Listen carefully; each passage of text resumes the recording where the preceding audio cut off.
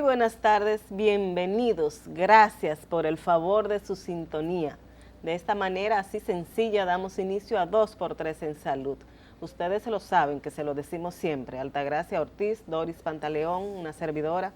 Hacemos este programa con mucho cariño para todos ustedes.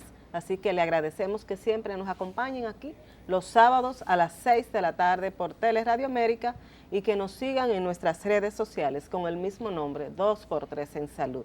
Buenas tardes, Tati, ¿cómo estás tú? Muy buenas tardes, Doris, y muy buenas tardes, amigos televidentes que nos siguen con tanto empeño y que nos reportan su sintonía con el programa. Bueno, Doris, estamos ya en el mes de febrero. Este es un mes de muchos desafíos para la República Dominicana porque ya en unos días se eligen los gobiernos municipales. Así es. Los dominicanos estamos embuidos, los que son militantes de partidos políticos directos, en campaña política, porque será un año de 2 o quién sabe si 3 elecciones, dependiendo, como dicen. Dependiendo de si hay segunda vuelta. Así es. Entonces, pues hay mucha efervescencia política, los dominicanos somos buenos en el béisbol, ¿verdad? Mucha pasión en la política, mucha pasión en la pelota y mucha pasión en el amor y en todo. Bueno, somos apasionados, entonces, según tú lo defines. Y qué bueno que tú hablas de los gobiernos locales, que son las alcaldías, las municipalías, porque a veces se quieren como desligar del área de la salud y están quizá más envueltos que cualquier otra área en la salud, porque de la ciudad dependen muchas cosas. De la ciudad depende, por ejemplo, la higiene, que debe haber, la salubridad, y todos sabemos que precisamente de la insalubridad es que surgen la mayoría de las infecciones y de las enfermedades que lamentablemente durante todos los años tenemos muy presente en República Dominicana. Sabemos muy bien que si hay una limpieza, si no hay cúmulos de basura, que si no hay cúmulos de agua, pues no tendríamos dengue, no tendríamos otros tipos de infecciones, de enfermedades que son transmitidas precisamente por esos vectores que entran a esos desperdicios, a esas basuras acumuladas y van y se nos posan en las casas. Entonces eso también es lo que hace que nos infectemos y que nos enfermemos. Así es, en estos días escuché a un periodista menospreciando a un alcalde, porque, qué sé yo, le habían hecho un robo y que él lo estaba denunciando, que quién es este alcalde, y yo decía, qué desconocimiento más grande, porque en realidad en una ciudad cualquiera, de cualquier mundo, la alcaldía tiene una importancia fundamental, porque es el gobierno real. El local, el que está cerca de ti. El más cercano a ti, o sea, tú tienes poco acceso al presidente, pero la alcaldía, como dices tú, ese gobierno local es el que tiene que ver con nuestro día a día en todo. Y en cualquier lugar del mundo. Fíjate que después, por ejemplo, el presidente Petro fue un alcalde, ¿verdad? No, porque es que eso le da una experiencia en pequeño, vamos a decir en pequeño, ¿verdad? Pero con una visión macro de lo que es una ciudad. Así es, así es, Doris, que ojalá que la gente, pues, entre las opciones que hay para escoger el alcalde próximo, por ejemplo, de aquí de Santo Domingo, pero igual de Santiago, de San Francisco, de todas las ciudades, de todas las municipalidades, que la gente sepa escoger dentro de lo que hay el mejor. Dentro de lo que haya, y que es que lamentablemente también se conocen como pocas propuestas. No hay grandes propuestas. Porque es que tú ves los candidatos, muchísimos, que a veces tú dices, bueno, ¿y este quién es? ¿Qué labor ha hecho? Pues, que ha llegado a ocupar este punto dentro de la simpatía. Vamos a decir simpatía entre comillas, porque sabemos que las campañas políticas tienen sus bemoles, ¿verdad? Cómo se manejan.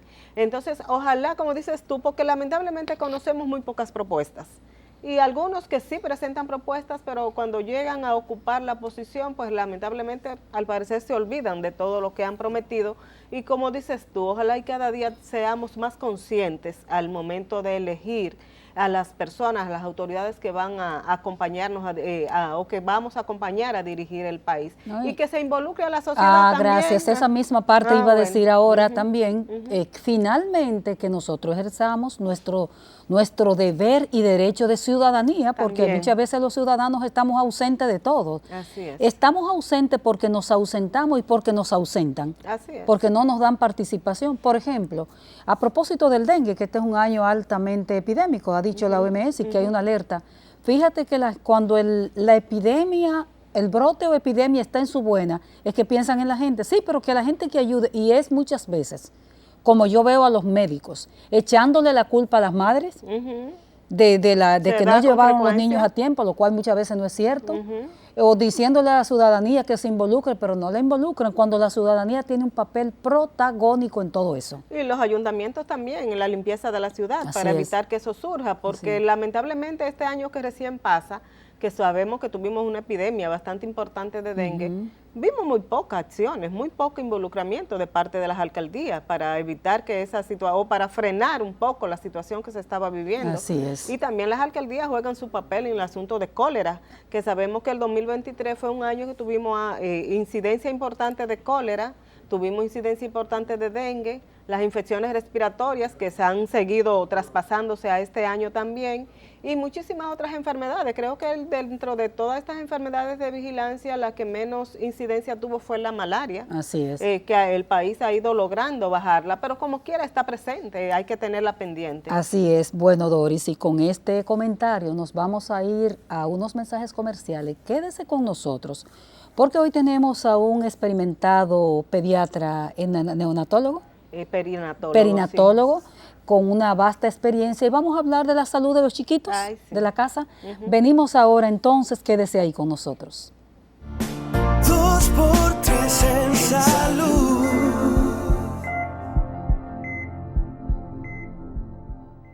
Gracias por continuar con todo el contenido de 2x3 en salud, preparado como siempre para ustedes con muchísimo cariño. Nuestro invitado de la tarde, como le habíamos anunciado, es el doctor Santiago Martínez, pediatra perinatólogo y presidente de la Sociedad Dominicana de Neonatología.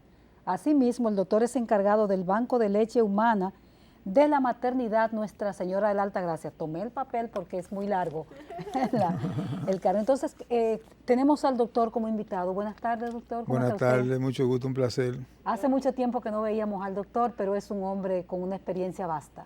Sí, sí. Muy encantado de compartir con ustedes en su programa. Y estamos disponibles para las preguntas y exponer nuestras ideas. Muchas gracias, doctor. La verdad que el ver al doctor nos hace recordar muchas historias, doctor, muchos años. Así es, así es. En este sector, salud, viendo cambios, otras cosas que se estancan, que uno dice, caramba, pero por más que hablamos del tema, seguimos teniendo los mismos problemas. Y uno de esos problemas, doctor, que seguimos teniendo son los altos indicadores que tenemos de mortalidad neonatal, sobre todo. Mortalidad infantil, pero sobre todo neonatal. Y como sabemos que usted tiene tanta experiencia en esta área de la perinatología, la neonatología, nos gustaría empezar, doctor, definiendo un poquito primero qué es la perinatología y la neonatología, cómo se diferencia esto, y un poquito hablar por qué tenemos todavía estos altos indicadores de mortalidad. ¿Dónde comienza una y dónde termina la otra? Entonces, la perinatología, el periodo perinatal, comprende desde las 22 semanas hasta la primera semana de nacido el niño. ¿La 22 semanas de embarazo? De gestación, sí. Hasta la primera semana de nacido el niño. Entonces, el periodo neonatal es desde el nacimiento hasta los 28 días. 28 días. Pero ¿Por qué se separa así, doctor? ¿Por qué es importante separar hasta esa primera semana y luego hasta esos primeros 28 días? ¿Qué cambios, qué tiene el bebé? Lo que acontece en la primera semana está vinculado con lo que ocurrió en el embarazo. Ya luego el periodo neonatal, después del periodo neonatal temprano, que es la primera semana, el tardío, que es después de la primera semana, va vinculado con lo que ese recién nacido ha presentado. Pero entonces usted habla de las 22 semanas de embarazo. De embarazo. Entonces, ¿el perinatólogo participa del embarazo junto con el obstetra? Es una buena pregunta porque abogamos por un enfoque multidisciplinario del embarazo de alto riesgo. Los recién nacidos prematuros, en su mayoría, vienen de un embarazo de alto riesgo. Entonces, un adecuado abordaje y manejo del alto riesgo obstétrico nos va a traer unos prematuros de mejor calidad, en el sentido que pueden ser con mayor peso o con mayor edad gestacional. El objetivo del manejo... Aún siendo prematuros. Aún siendo prematuros. Tenemos una embarazada con un alto riesgo obstétrico y entonces se maneja con un equipo multidisciplinario, donde está el obstetra, está el perinatólogo, el neonatólogo, está el cardiólogo, el endocrinólogo, Entonces, la evaluación de ese embarazo de alto riesgo puede derivar en que esa madre, en lugar de ser desembarazada a las 28 semanas, se pueda prolongar hasta las 30 semanas, o hasta las 32, o hasta las 34. Y que en lugar de tener un recién nacido de 1000 gramos, lo tengamos de 1200, de 1400, lo cual trae como consecuencia mejor expectativa de vida, son más viables. O sea, el perinatólogo le puede dar seguimiento a ese bebé dentro del útero hasta ver cómo va desenvolviendo, si no tiene problema de corazón, o sea, ese tipo de cosas. Ese tipo de cosas. O sea, nosotros evaluamos lo que es el bienestar fetal, conjuntamente con los tetras. Y entonces, dependiendo de la característica de ese feto, de cómo esté su salud fetal, podemos planificar ese embarazo, su término, prolongarlo, terminarlo en ese momento, más adelante. ¿Y cuál es el nivel de atención? ¿Cómo se trata esa criatura que viene gestándose desde las 22 semanas donde intervienen ustedes? O sea, ¿cómo ustedes lo que hacen? ¿Hay que dar unos medicamentos? ¿Hay que poner a la mamá en tal posición? ¿Qué se hace para eso? Lo primero es evaluar la salud de la madre, porque el alto riesgo significa que es un caso en el cual la madre o el feto puede morir antes, durante o después del parto, o tener complicaciones posteriores. La mayoría aquí de los altos riesgos están vinculados con lo que es la preeclampsia, enfermedad hipertensiva del embarazo que es muy frecuente en el país. Entonces, hay medicamentos que se pueden usar en la mujer tempranamente, como es la aspirina, que se usa alrededor de las 16 semanas para manejar. ¿Que la aplican los obstetras? Sí, los obstetras, sí. También, si se identifica tempranamente una paciente que es diabética, se puede manejar adecuadamente y evitar que cuando el niño nazca macrosómico, que son bebés que tienen más de 4 kilos. Exactamente. Y también nosotros en el alto riesgo decimos que el embarazo de alto riesgo termina en 3 condiciones. Número 1, cuando la salud de la madre corre peligro. Perfecto. Número 2, cuando es el feto, su salud que corre peligro. Y número 3, cuando hay una combinación de los factores, que tanto el feto como la madre corren peligro, entonces hay que terminar el embarazo. Si se puede... Es lo que plantean las 3 causales. Bueno, sí. Estamos, que sea una situación un muy debatida, bastante debatida. Si se puede entonces manejar adecuadamente eso y se puede prolongar el embarazo de alto riesgo, pues entonces es más viable ese recién nacido. ¿Cuáles son las principales situaciones de salud que puede presentar ese recién nacido en esa primera semana de nacimiento?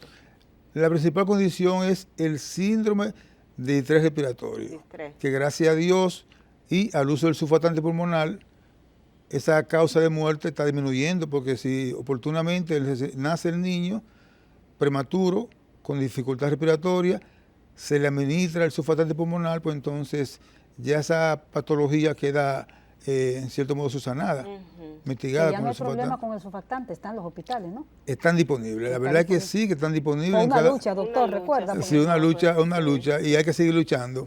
Hay que seguir luchando para conseguir más cosas. El sulfatante está disponible en la mayoría de las unidades de cuidado intensivo. Afortunadamente, gracias a muchos trabajos periodísticos también. Sí, así es. Ok, doctor, ya superada esa primera semana, el distrés, o sea, ya superada de esa primera semana hasta los 28 días, ¿cuáles son esas condiciones que más presentan los niños y que pueden llevarle a una mortalidad temprana? Una condición que lo persigue a ellos de que nacen es las infecciones. La llamada sepsis neonatal. ¿Por qué? Porque son recién nacidos que nacen antes de que la madre le transfieran los anticuerpos, generalmente en el tercer trimestre, y como son prematuros, nacen antes de tiempo. Perfecto. Además, su piel es una piel fina, con un estrato córneo muy poco desarrollado, y además hay que invadirlo con inyecciones, con catéter, con tubos endotraqueales. Eso aumenta el peligro, ¿no? Aumenta la oportunidad de infecciones. Entonces la infección lo va a perseguir a ellos durante todo el periodo de tiempo, por consiguiente hay que estar usando antibióticos con frecuencia con ellos, y es una causa muy frecuente de muerte. ¿Hasta qué tiempo está ese peligro en los recién nacidos prematuros? Ese peligro lo acecha a ellos durante su estadía en la unidad de cuidado intensivo. Cuando ya va a finalizar su estadía, que tienen menos necesidades de ser abordado con pinchazo para tomarle muestra, para colocarle catéter, entonces ya va disminuyendo el peligro. Doctor, ¿cuál es la edad, el peso más pequeñito que usted ha tenido en sus manos, atender un bebé y salvarle esa vida a ese niño? Bueno, justamente hizo 20 años ahora, el 23, una que nació de 1 libra. Una libra. Es una madre que tenía una preeclampsia, que yo digo preeclampsia súper severa, porque tenía ya trastornos renales, del hígado, y hubo que desembarazarla, porque si no iba a fallecer la madre. ¿De cuántas semanas desembarazaron? Ese nació de 28 semanas y pesó 450 gramos. ¿Se salvó? ¿Está vivo? Se salvó y tiene 20 años de nacida ya, de 20 años de vida ya. Casi de los Vive en milagros. Londres, en Inglaterra, y entonces fue un caso muy especial. Los neonatólogos tenemos mucha positividad, somos muy positivos. Siempre creemos que se puede. Siempre creemos que se puede, porque un bebé de 1 libra, yo recuerdo cuando la pesé que digo, wow, 1 libra. Parecía como que era Un ratoncito. Sí, parecía como una quimera que se iba a salvar. Pero yo siempre creí que sí, que se podía. Y día a día, un día el ejercicio de otro, y poco a poco vamos avanzando. Un día a la vez. Hasta que llegamos Doctor, al final. Echando un poquito hacia atrás, pero habrá que dejar la pregunta en el aire porque cuando vamos a pausa. Cuando comenzamos a hablar de esa etapa de las 22 semanas hasta el nacimiento, quería saber si ese perinatólogo que acompaña a la madre y a los tetras, ¿eso se hace en el sector público? ¿Se está haciendo también en el sector privado? El acompañamiento de ustedes al proceso, pero usted me lo va a contestar después de esta pausa comercial. 2 por 3 en salud.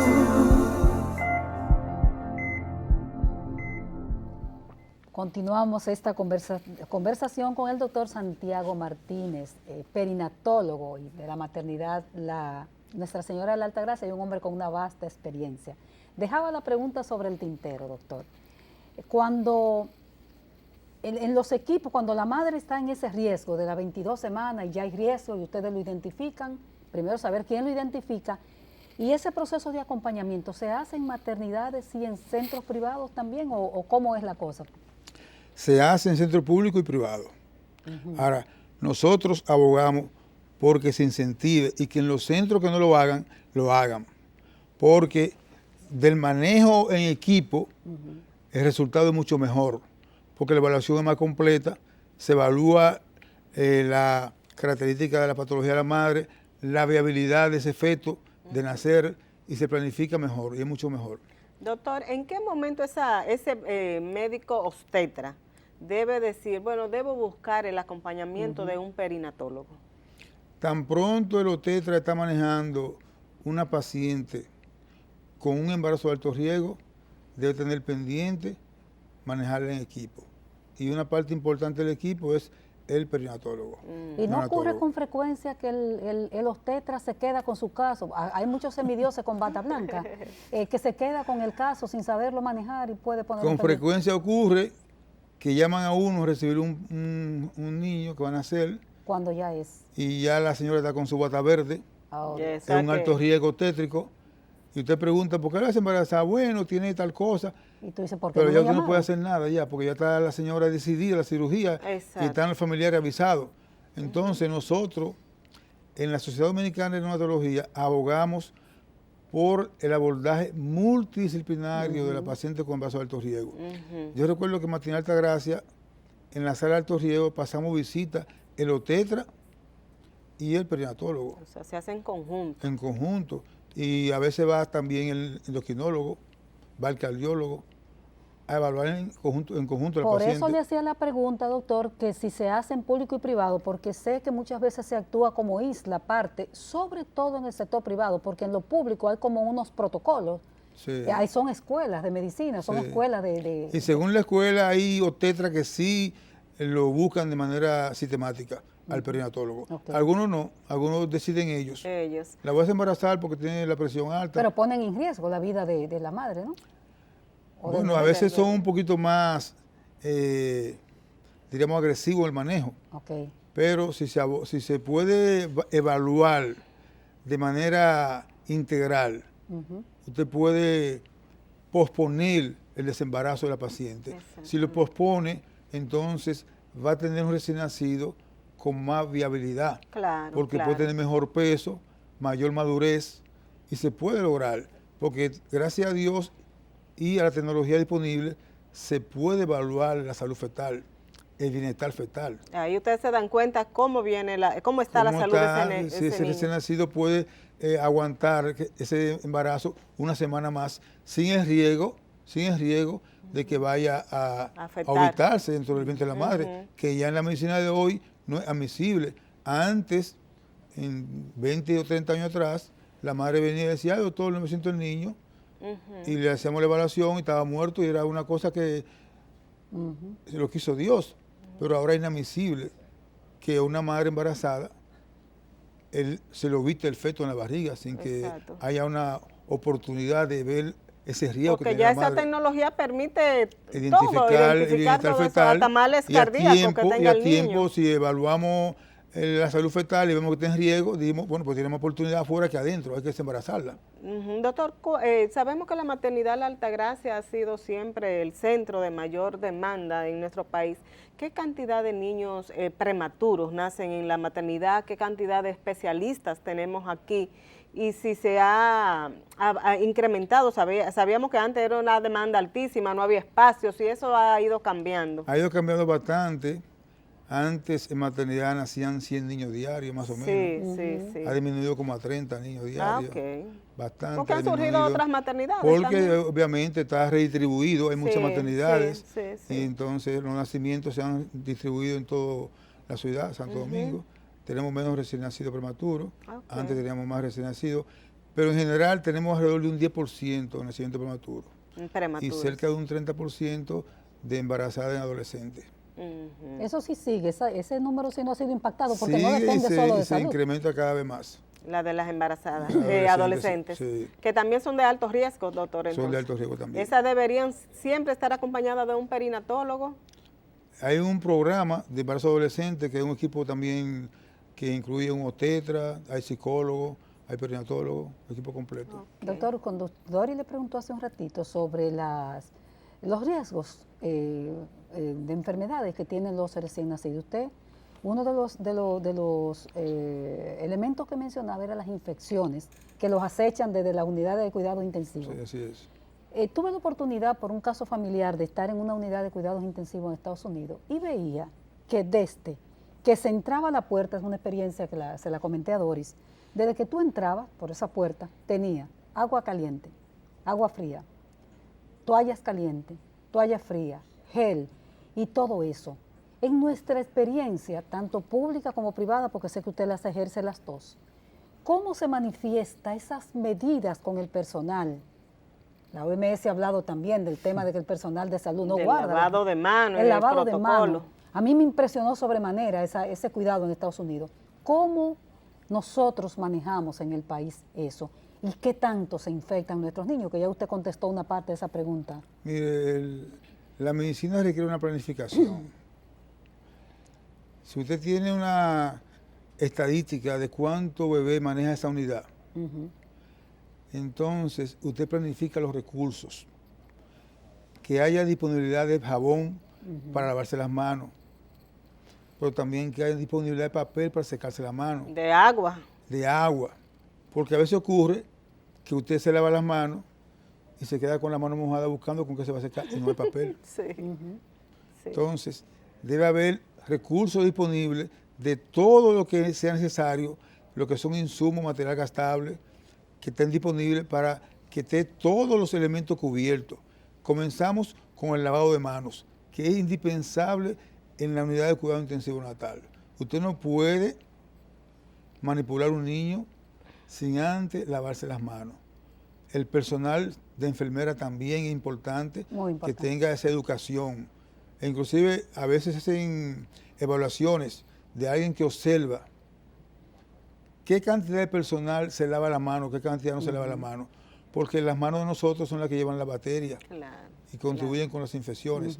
Entonces, lavado de manos, también que hayan disponibles los catéteres adecuados, la cantidad de catéteres, de termómetros, la cantidad de tubos endotraqueales, de circuitos ventilatorios, la cantidad de jeringuillas, todo disponible para que menos riesgo de infecciones haya. ¿Se ha ido avanzando en eso en los centros de salud, doctor?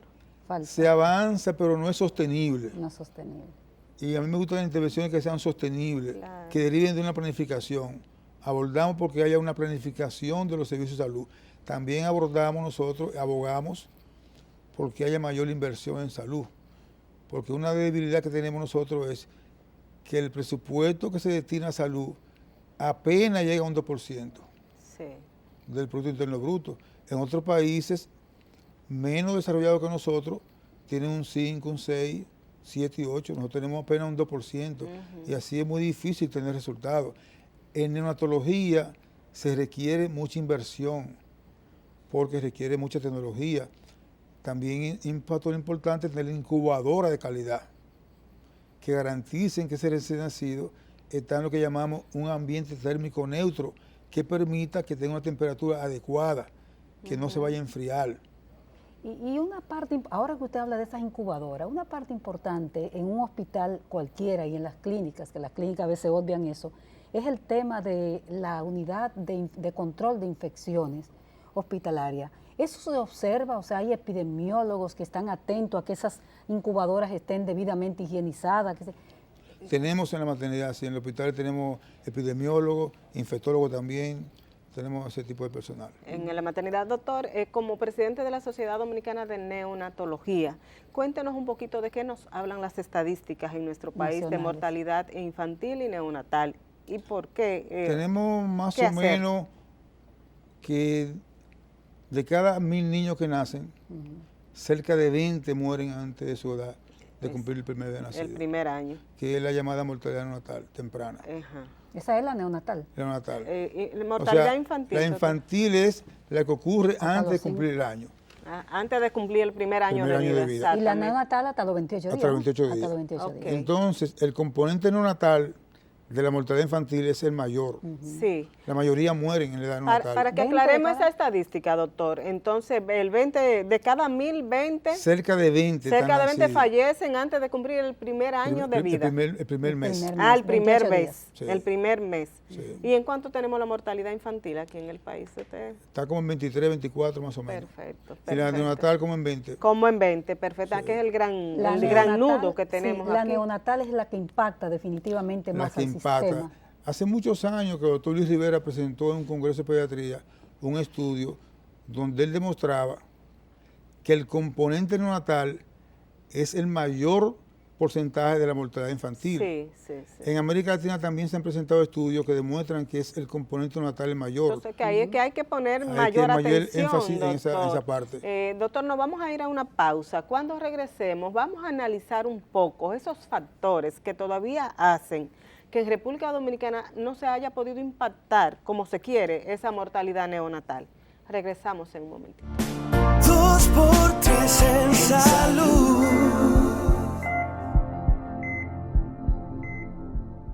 Estamos conversando con el doctor Santiago Martínez, presidente de la Sociedad Dominicana de Neonatología y quien también coordina y dirige el Banco de Leche Humana de la Maternidad Nuestra Señora de la Altagracia. Doctor, hablamos de esa mortalidad neonatal, de los intentos que se han hecho en el país para reducir esos indicadores que todavía tenemos. ¿Y a qué usted atribuye que todavía podamos haber impactado esa alta mortalidad que tenemos? Hay que hacer un programa a largo plazo, una mesa de trabajo, analizar la causa y hacer un programa de trabajo que incluya los protocolos que hay disponibles, reelaborarlo, revisarlo, hacerlo de nuevo, igualmente las guías. Actualizar los protocolos, actualizar la guía de manejo, socializarla, compartirla con los médicos, hacer meses de trabajo y hacer esa planificación de trabajo en ese sentido. También hay que invertir recursos. Decíamos que no puede haber buena estadística, buenos resultados si no tenemos disponibles recursos. Y decíamos que apenas un 2% del Producto Interno Bruto que se invierte en salud en República Dominicana, cuando debería ser un 3, un 4, un 5%. Nosotros en la Sociedad Dominicana de Neonatología abogamos porque se incremente la partida disponible para la salud pública. de un 2% que vaya gradualmente aumentándose hasta llegar a un 5, un 6%. Y que se vaya priorizando esas áreas. Queremos nosotros en esta oportunidad llamar la atención del Hospital Arturo Grullón de Santiago. Es el principal hospital de neonatología del Cibao, que atiende la provincia de Santiago, y también es el centro donde más de 15 provincias del Cibao derivan pacientes. Y ese centro tiene su principal sala cerrada.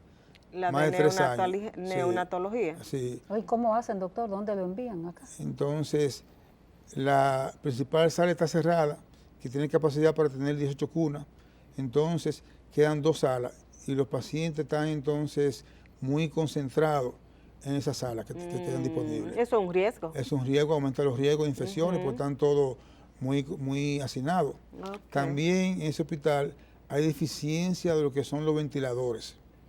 Apenas tienen 2 ventiladores, más 2 que han agregado que no están debidamente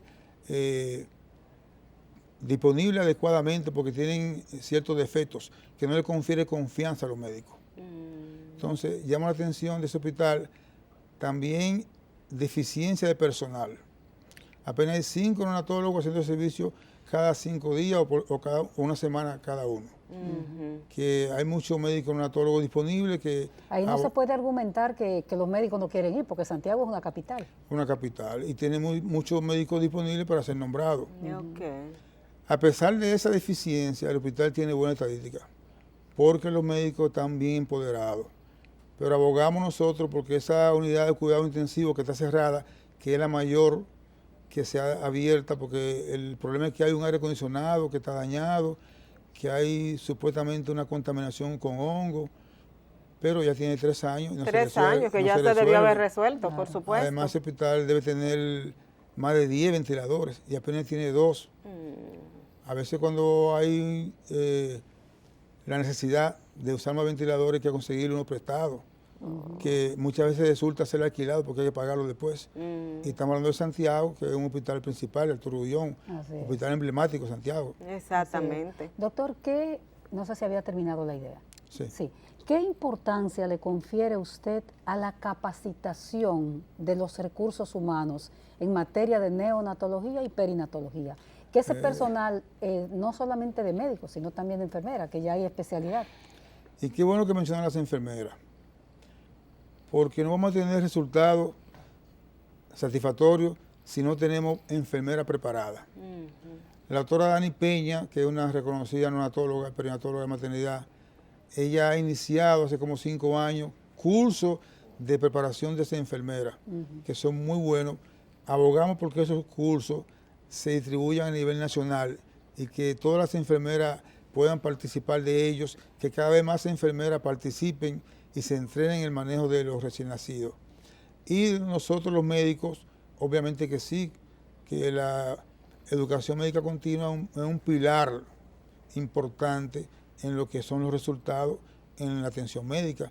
Tenemos que estar constantemente revisando los protocolos, las guías, constantemente revisando la literatura e implementando los nuevos conceptos que hay en la medicina. Doctor, usted habla mucho de protocolos, de guías. ¿Tenemos protocolos unificados en el país en la atención perinatal y neonatal o cada centro de salud público y privado es una isla aparte que maneja con sus propios protocolos? Debería ser protocolos nacionales, están disponibles. Lo que hay que actualizarlo e implementarlo y también legislar para que el protocolo sea unánime su acción en todos los ámbitos de salud, tanto privado como público, que se atienda a los pacientes según el protocolo disponible. Perfecto. Y no hace falta en ese sentido, porque las protocolo y guías. Hay guías. Las leyes en la República Dominicana son muchas veces una sugerencia, aunque existan. ¿No hace falta también como una mano de autoridad y de vigilancia y de régimen de consecuencias que las haga cumplir, doctor? Bueno, están disponibles la autoridad, está disponible también la forma de cómo abordar eso. Lo que hay que dar es seguimiento y que sea sostenible, que se mantengan los protocolos. Una supervisión para que ¿quién le pone el cascabel al gato? O sea, ¿quién se encarga de...? ¿Quién es responsable de que eso se cumpla? Las autoridades competentes sí tienen que ver con eso. Y se hace en los hospitales y clínicas. Hay gente que se dedica. Sí, se hacen. Pero en los hospitales se hacen. En los hospitales ustedes. Cuando ocurren situaciones, se evalúan, se establecen las responsabilidades y se actúan en consecuencia. Doctor, ¿en qué provincias del país se necesita reforzar quizás unidades de atención neonatal, perinatal? Porque sabemos, como decía Altagracia ahorita, bueno, Santiago es una capital y sabemos que el personal quiere estar en esos centros realmente de gran demanda, pero ¿en qué provincias del país le llegan quizás que usted entienda, aquí se debe instalar esto? Se ha implementado o se han aperturado muchas unidades de cuidado intensivo natales en la mayoría de la provincia. Pero cuando usted hace una intervención, debe darle seguimiento, que los equipos se verifiquen constantemente su estado, que se le dé mantenimiento, que el personal se evalúe si está en la cantidad necesaria, si hay que reforzarlo, si hay que aumentarlo, qué equipo hace falta. No quiero hacer muchas denuncias porque no es nuestro ánimo, pero el Hospital de la Romana, por ejemplo, el Hospital Francisco González, ese hospital, el equipo de rayos X portátil está dañado. Y es un equipo muy importante porque cuando tiene un paciente recién nacido que está en un ventilador, hay que hacerle constantemente radiografía de tórax para ver cómo va su evaluación. Y un equipo de rayos X portátil es muy importante. También tienen dificultad con lo hemocultivo también.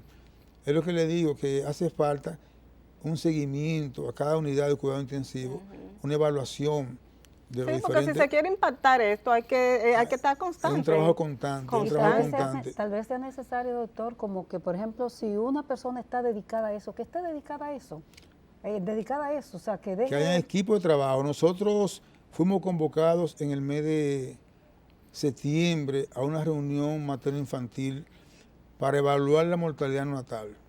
El doctor Martín Ortiz, me imagino. Con el doctor Martín Ortiz, perfectamente. Ahí estaba la Sociedad Dominicana de Neonatología, estaba también la Sociedad Dominicana de Pediatría, estaba la Sociedad Dominicana de Perinatología, la Sociedad Dominicana de Obstetricia y Ginecología, y se evaluó la causa y qué se iba a hacer. Nosotros, como Sociedad de Neonatología, abogamos porque se hiciera una mesa de trabajo, que se diera seguimiento a las intervenciones y las evaluaciones. Exacto. Un trabajo continuo, permanente, no de un día. Nos reunimos ese día y no nos hemos reunido más. Jamás. Entonces, así la continuidad, no es como dice usted, es fundamental. Las intervenciones tienen que ser sostenibles, continuas, constantes. Y establecer quizás, doctor, responsables en cada centro de darle seguimiento. Evaluaciones.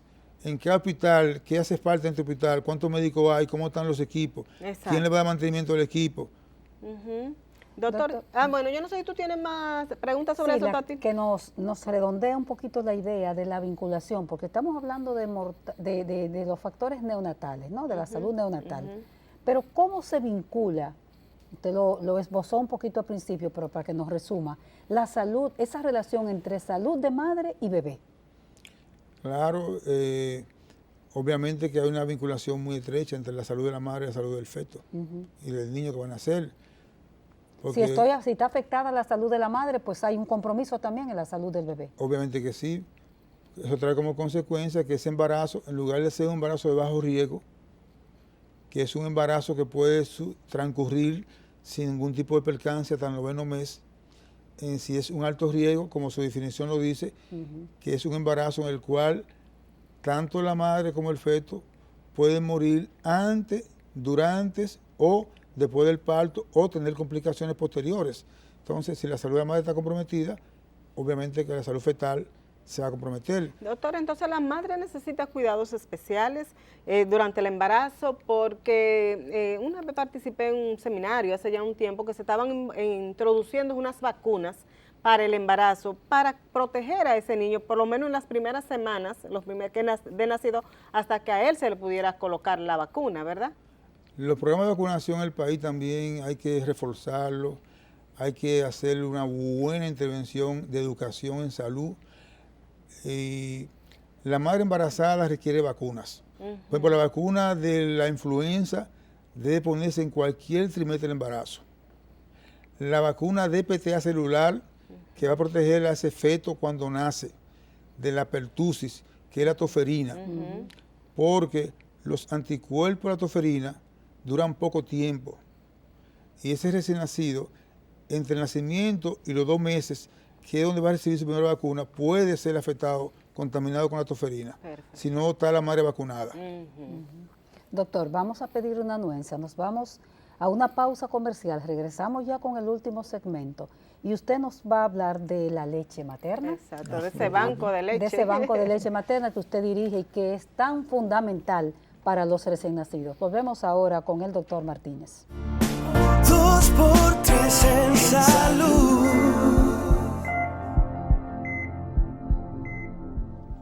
Gracias por continuar con 2x3 en salud. Estamos conversando con el doctor Santiago Martínez, él es pediatra perinatólogo y es quien coordina el Banco de Leche Humana que funciona en la maternidad Nuestra Señora de la Altagracia. Y de eso, doctor, queremos que usted nos hable. Cuéntenos de este banco de leche, qué importancia tiene, por qué los hospitales maternos deberían tener todo su banco de leche. Bueno, la leche materna con su más de 250 componentes constituyentes es una herramienta importante para la recuperación de esos recién nacidos prematuros y la esperanza de que tengan vida. Entonces, esas madres que tienen un recién nacido que tuvo que quedarse ingresado en la unidad de cuidado intensivo natal, su leche de ella constituye parte de lo que es la terapéutica que va a contribuir con su salud, con su recuperación y que va a aumentar su esperanza de que ese bebé regrese a su casa junto con ella. Perfecto, entonces es el banco de importante. leche de nosotros tiene más de 10 años, fue en el 2011. No queremos estar solos, abogamos. No le interesa el liderazgo. No queremos liderazgo, queremos que otro hospital como el hospital de Los Minas, el hospital Renaldo Almanzar tenga su banco de leche, que en Santiago haya un banco de leche también, en el sur, en el este, que tengamos una verdadera red de bancos de leche en el país. ¿Cómo se hace para que ese banco tenga leche? Porque imagino que donación. ¿Cómo se hace? Es donación espontánea, donación noble. Las madres que tienen su bebé en la unidad de cuidado intensivo, ellas antes de ir a ver su bebé, van al banco, se extraen leche, donan leche, pero hay una gran cantidad de madres que han tenido sus niños sanos, que están con ellos en la casa, e inclusive madres que su bebé han nacido en clínica privada y clínica de élite. Y ellas han ido al banco de leche de manera espontánea a donar el excedente de leche. Y entonces decimos nosotros que son madres de una y madres de muchos. Exactamente. Porque madres del que tiene en su casa y también de los que están en la unidad de cuidado intensivo. ¿Y qué cantidad de leche mantiene el banco? ¿Mensual o adquiere o donan? ¿Qué sé yo? Alrededor de 30.000 cc de leche mensual. Mensual. Sí. ¿Mantiene su estado? Mantenemos, a veces tenemos deficiencia, disminución de la cantidad, otras veces tenemos más, porque dependemos fundamentalmente de la donación intrahospitalaria. Ajá. Y deberíamos depender de donaciones extrahospitalarias, que la población de madres que tienen sus hijos en su casa se apersonen al banco de leche y hagan su donación ¿Pero se hace del excedente. campaña educativa para eso, doctor? Debería incrementarse la campaña, debería publicitarse más. Por eso está muy bueno que el doctor esté aquí, entonces. Sí, bastante bien. El banco de leche sí requiere mucho estas oportunidades de promover la donación de leche. Ok. Sí. Doctor, ¿qué cantidad de leche se toma un recién nacido prematuro que ustedes tienen ahí ingresado en esa unidad? Eso depende de cuánto pese, cuántos días tenga de nacido. El de libra y media, digo yo libra y media, que ustedes lo miden en gramos. Comenzamos dándole alrededor de 10 cc por el kilo de peso por los primeros 4 días, de día 20 cc por kilo de peso. De tal manera que si pesa 1 kilo, que son 1000 gramos, son 10 cc un día, durante 4 días. Y se va poco a poco incrementando gradualmente. ¿Y la vía de alimentación de ese bebé que está en una unidad de La cuidados hacemos intensivos? por tubo de Levin, sonda orogástrica.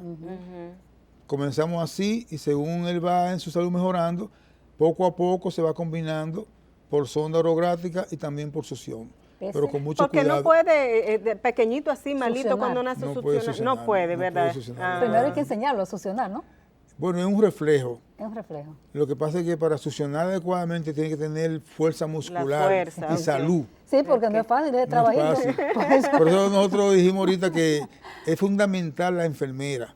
Alimentar a un recién nacido de 2 libras o de libra y media requiere mucha entrega, Y paciencia, supongo mucha yo. paciencia, mucho amor, mucha dedicación, mucha